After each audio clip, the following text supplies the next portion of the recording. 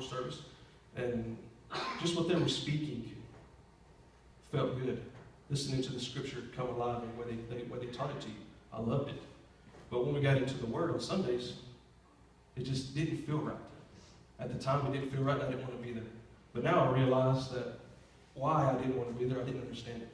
I didn't know what he was talking about, where he was going with it, so it just felt weird to me.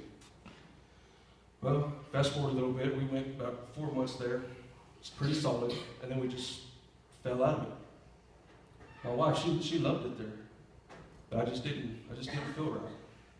So we started hitting, missing a couple Sundays, and then we went about 3 months solid without going again.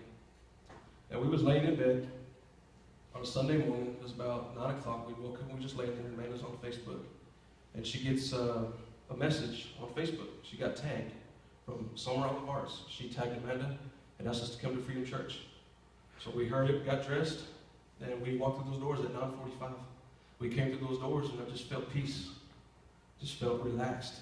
The worship band was up here playing. They finished up their last 2 songs. And I remember PK, when they finished up, he came down to us, and we sat back here in the back. Because we didn't know, when you go to a new church, you don't know where everybody sits. You don't know, you're going to take somebody's spot. So we just kind of hung back in the back to see where we fit in. Well, he came to us, and immediately, he already knew more about my boys than what the other church did. He started asking about their dirt bikes, about the racing, and just their sports and stuff. And my boys were all excited. They said, "Daddy, we love that place." He knew about dirt bikes. I think, what's his name, Daddy? I said, Pastor Kevin. I think Kevin, he rides dirt bikes too, because he talked like he knew what he was talking about. Well, he might. But anyway, we just felt that peace. We felt love. We felt wanted. So we ended up coming a couple more Sundays. We enjoyed it.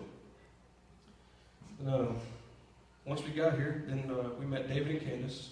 We started hanging out with them and enjoying our time with them. And I got to know David more. One thing that pulled me closer to David was, besides work, I didn't have any friends here in town. I didn't hang out with anybody. I just went to work, came home, I spent time with my wife and my family. I didn't do anything else. Nothing more than that. So actually having a friend in David to communicate with and go have dinner with was awesome. You know, I had Andy. I've known Andy for a long time. Way before Freedom Church started, way before any of that. I've known Andy. And you know, there's a couple of times Andy would try to get me to come to Freedom Church here.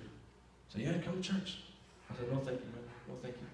You know, just from what I hear about Freedom Church, I didn't want no part of it. I didn't want nothing to do with it. You know, all they want is your money, this and that. So that kind of put me on a burnout. I didn't want nothing to do with it. But like I said, once I got in here and got to know David and got to know the members and seeing actually what takes place at the church, where the money's going, all the outreach programs, the check-ins, the feeding the youth on Wednesday nights. Some of the children don't get a full meal at home, so we're able to provide that here. We also do Lisa does the Meals on Wheels, one week out of the month. And we have other programs that we do. Say, a family's in need, we'll take up a love offering, and 100% of those go to that family in need, and we're able to bless them and help them. So I realized I have a home here at Freedom Church. I have a home. We felt good. As we got into it some more, got to talking with David and getting to know him more. He hit me with a left blow. Just was out after praise and worship, all the meet and greet, the hugs and hello, how are you? He came over to me and said, "Hey, you know, I talked to PK and wonder if you pray over the service today, get us started." I was like, "Man, yeah, I'll do it, man. No problem, I'll do it." He said, "Are you sure?" I said, Yeah, I'll do it." So he got up and did tithes and offerings, and I sat right there and I was freaking out. What am I going to say? I've never prayed in front of anybody. What am I going to do? Well, I went over to the prayer in my head. I was like, "Man, that sounds so stupid. It ain't going to work. It ain't going to work." But anyway, when that time called me up there, I was dragging my feet. And I got up there and I prayed over the service and started it. But I was calm. I felt good. It was amazing. So then I started realizing there is a God. He is there. There's something magical happened that I was calm and I was okay. So that kind of, you feel something different. You want to experience it. You want to get into it some more. And,